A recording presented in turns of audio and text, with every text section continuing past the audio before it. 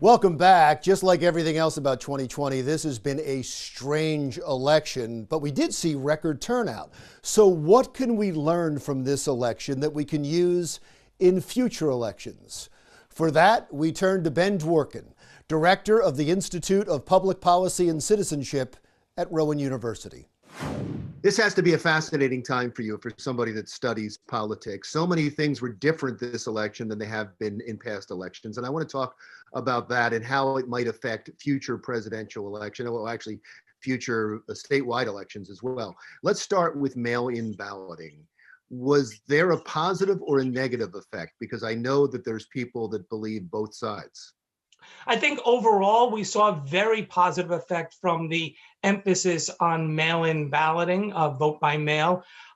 Part of it is just we increased democracy. The number of people who cast ballots in this election will be the most that this country has seen in at least 100 years and possibly even longer than that. And I think regardless of where you stand politically, you want to count the votes. You want to have people in there. I think where we had some issues were really just in getting used to what's counted first. It seems like the processing of the votes has been the problem.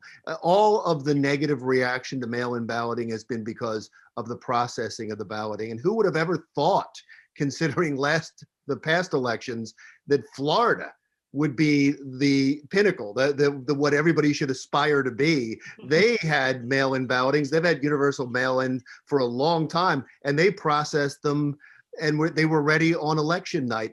Is that the model we should all be following? I think the Florida model, which is really distinguished by the fact that they start counting and opening up these mail-in ballots the moment they show up. That allows you to have a big bulk of your vote to be able to be announced once the polls close on election day, because you've been counting for several weeks. In places like Wisconsin, Michigan, and Pennsylvania, by law, they were not allowed to even count any ballots until election day. And therefore, we have to wait days and days and days for the election officials simply to go through the process. Again, it's a new process for some states. You know, there are 5 states that have been doing all vote by mail. Everybody votes by mail. And there are 5 states, largely out in the upper West, who have been doing this for a decade or more. There hasn't been fraud. There hasn't been issues, but you get used to it. You know, every year you do it, you're a little bit better at it. And I think we saw a lot of states have a few hiccups along the way, just in terms of processing. But the next time they have to run an election like this, and I think they probably will, simply because more people, everyone wants more people to be able to vote, they'll do it better the next time. Yeah, and to be fair, the states that are having problems this time had to implement it quickly because of the pandemic and probably didn't get it right. The states that did get it right have been doing it for a long time and were able to get all the kinks out. Let's move on to polling. The polling, once again, was way off in some areas. I'll just point out to one, although there's many examples. In Maine, Susan Collins was never ahead in one poll. She won by 9 points. Yep. So are we supposed to ignore polling, or are they going to fix it again? What's the future of polling? The future of polling is up in the air. Right now, we're going to have to take a deeper dive. I think the polling industry is going to do it. A lot of people who are observers are going to have to really look at why these things were so wrong. There may well be a specific kind of change to the way people respond to polls when Donald Trump is on the ticket. You hear a lot about these shy Trump voters that don't want to admit they're Trump supporters, but then show up to vote. Is that what you're talking about?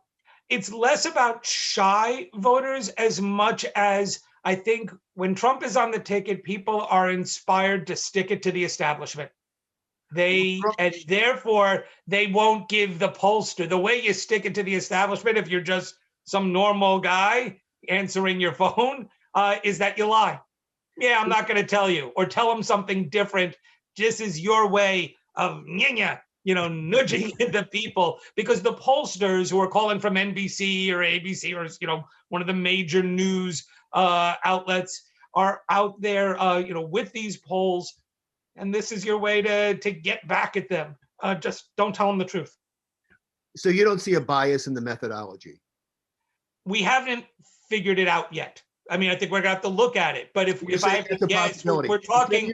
From your answer, you're saying that's a possibility. Absolutely. Sure. There's a possibility. Somehow the equation, the alchemy of what the special sauce that pollsters put together, where you can talk to 700 people and understand where the country is going, that didn't work this time. And when they broke it down by these states, as you pointed out, in Maine being a great example, yeah, they were completely off. And so all these people are going to have to do a real autopsy to figure out what went wrong. Should Donald Trump lose, will he be on the ticket again? I'm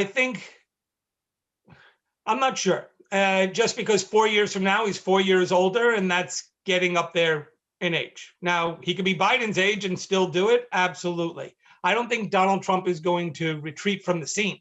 He will be, if he's not on the ticket himself, he will be a kingmaker, and will certainly try and play that role. There are any number of people, including those in the president's family, who are looking to take on that mantle, to represent Trumpism as a form of republicanism in the next election.